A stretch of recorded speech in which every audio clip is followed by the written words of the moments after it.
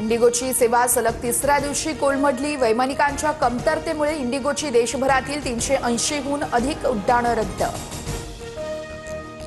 Indigo विमानसेवेचा Amol कोल्हेंनाही फटका। 2 तास उशिरा असलेली फ्लाईट 3 तासांनी रद्द। इंडिगोकडून ही अपेक्षा नव्हती, यापुढे इंडिगोचा प्रवास नकोच, अमोल कोल्हेंकडून खंत व्यक्त।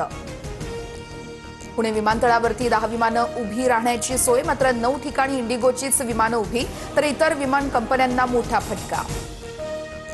नगर परिषद आणि नगरपालिका निवडणुकांचे निकाल 21 डिसेंबरपर्यंत पुढे ढकलल्याने याचिका। आज सुप्रीम कोर्टात सुनावणी होणार।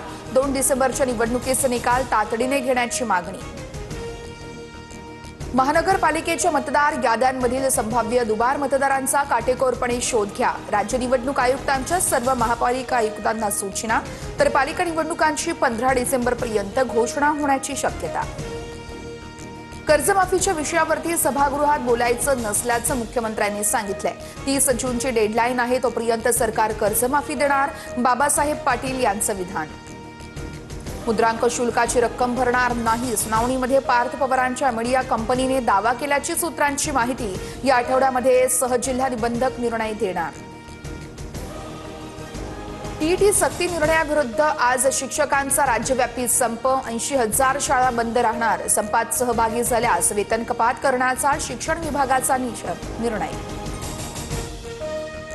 सी वोटरच्या सर्व्हेमध्ये सरकारची कामगिरी कशी? फडणवीस सरकारवर जनता खुश आहे का? सी वोटरच्या सर्व्हेमध्ये लोकांचा कल काय?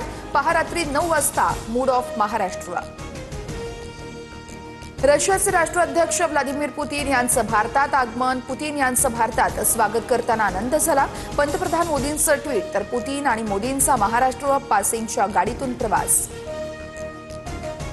देशात नवीन इलेक्ट्रॉनिक आणि बॅरियरलेस टोल सिस्टीम आणली जाणार। नितीन गडकरींची माहिती। वर्षभरात महामार्गावरील सध्याची टोल वसुली प्रणाली बंद होणार।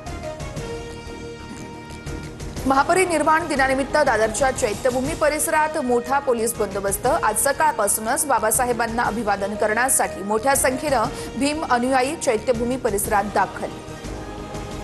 चंद्रपुरात महिन्याला साधारण 50 कोटीच्या कोळशाची काळ्या बाजारात विक्री। भद्रावती बरांजी कोळसा खाण परिसरातील प्रकार। कोळसा तस्करीमध्ये चंद्रपूर जिल्ह्यातील मोठं रॅकेट असल्याची माहिती।